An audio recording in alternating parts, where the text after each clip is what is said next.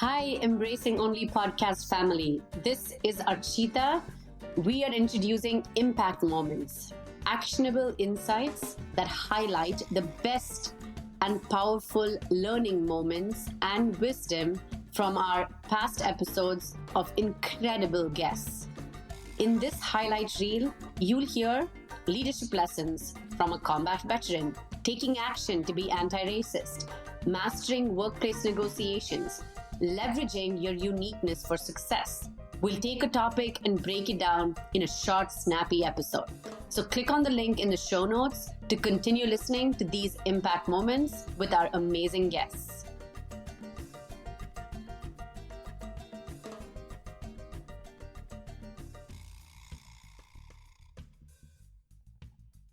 Fear tends to hold us captive. This is why I felt it's so important to call out those steps, because you might have felt the fear, but you went through with it anyways.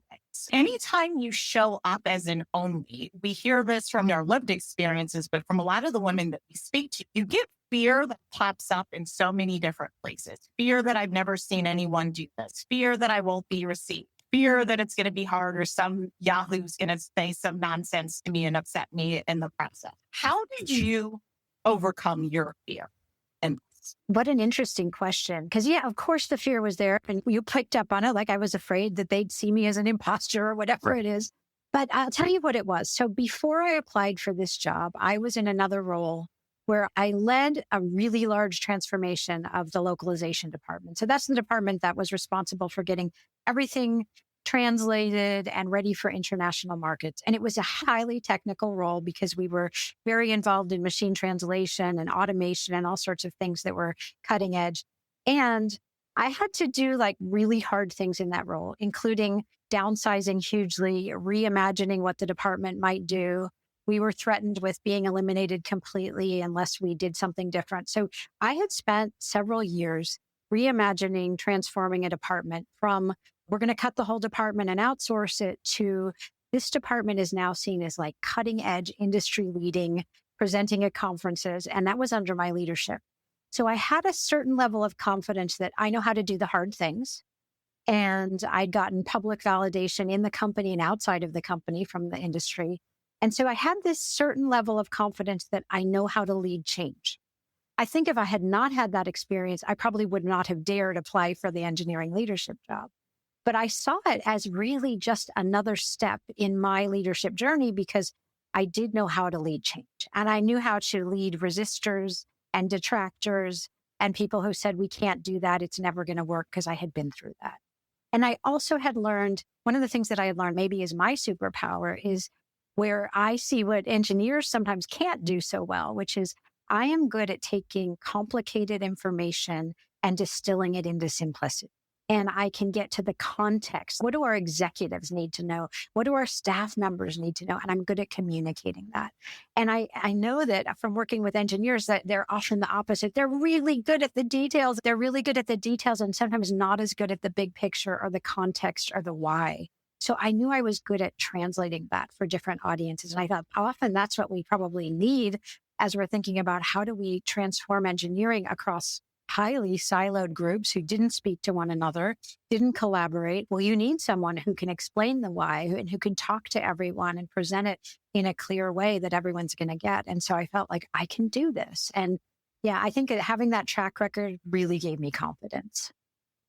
You were doing the hard things, first of all. Sometimes when you're doing the hard things, you're just like, you hope that it gets easier, but then you're given another harder challenge and another harder challenge. And then sometimes you're just like, okay, freeze or flight, right? What's interesting is you went head first and you're like, hey, this presents another really interesting opportunity for me to move forward. You mentioned certain aspects of your leadership journey when you were in that previous role before the VP of engineering practice, where because of the circumstance, you had to do a lot of those difficult things like downsizing, etc. You speak in a couple of your previous podcast episodes about the cultural shift around failure. So as your team was consistently, and I'm using the word failure broadly, it wasn't a failure on your part per se, right? But it was just the construct of how your team was probably supported in that moment that might have led to all of those many different systemic failures. But how do you normalize failure on teams? Because Minette, I work with a lot of scale ups and startups today. There are a lot of founder led scale ups and startups. And what I hear consistently is the founders echoing this just as they're getting ready to grow like dramatically. Well, if I just let them make mistakes, that'll be a problem.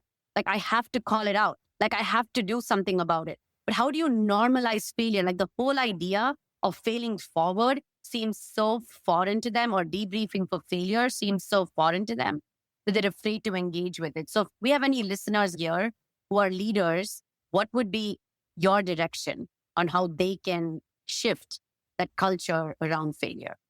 Well, there's so much there because I think we know this, and this has certainly been proven through history, is that there is no innovation without failure. And I think it's just a concept we all have to really embrace. Are you trying to do something new and different?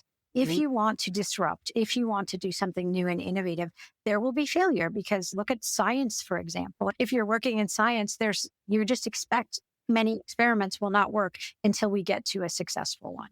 And I think we have to treat the business world a little bit more like that. Now, I know we're beholden to shareholders and funders and all of that. And yet still, if we want to innovate, we have got to give some leeway to ourselves as leaders and to our employees to experiment, to learn from what goes badly. And I think what I've seen in the business world is that failure is taboo. And there's this expectation always, and it felt like magical thinking. We're going to be on time, we're going to be on budget, and we're going to come out with this amazing product, right? I see you laughing, Archita and Olivia, because like we have to compromise on something here, right? But leaders often say, no, these are non-negotiables.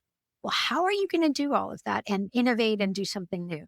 And so I think we have to give ourselves some leeway to say, yeah, we cannot have the big failure, a very large failure, but there are going to be great experiments we can run along the way to prevent the big failure. So let's have smaller failures that we learn from, that we talk about openly, and then that we can recover from and do better going forward. And I think that's part of it, is it's so rare to be able to talk openly about failures. And it was one of the things I learned as a leader. Like I thought I had to be perfect. And then the first time when I totally messed up, and I went public about it. And I actually said, I messed up and I made a bad decision. And this is what I learned. And this is what I changed. And this is what we're going to do differently. Instead of being perceived as, oh, she's a terrible leader, I tell you, I gained so much respect from my team because they said they really respected that I was able to change course based on new information, as opposed to digging in and just, we're going to do this no matter what. And so I think it is really about running smaller experiments to learn from instead of having this massive failure. And I remember when I was leading a technical team and we rolled out a new piece of software and one of the big features didn't work and we had to recover so quickly. And it feels like what you want to do and what you're tempted to do is point fingers and say, who screwed up here? And instead, what we need to do is go all hands on deck. How are we going to recover from this? And then when we recover, what are we going to learn and what are we going to do differently? That's the only way forward. It does no good to point fingers, but there is a lot of scapegoating and finger pointing and blaming that I see when there are failures, because then people are going to tend to hide mistakes and failures instead of being open and saying, look, I learned something. We need to change our process here.